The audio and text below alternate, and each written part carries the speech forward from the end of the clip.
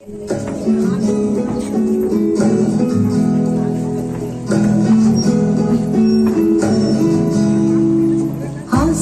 ফাগুন মাসে পরান ঘাসে নতুন বিয়ের ফুল ফুটেছে।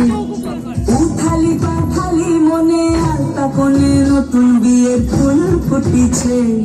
হাসিল ফাগুন মাসে পরান ঘাসে নতুন বিয়ের ফুল ফুটেছে। উথালি পাথালি মনে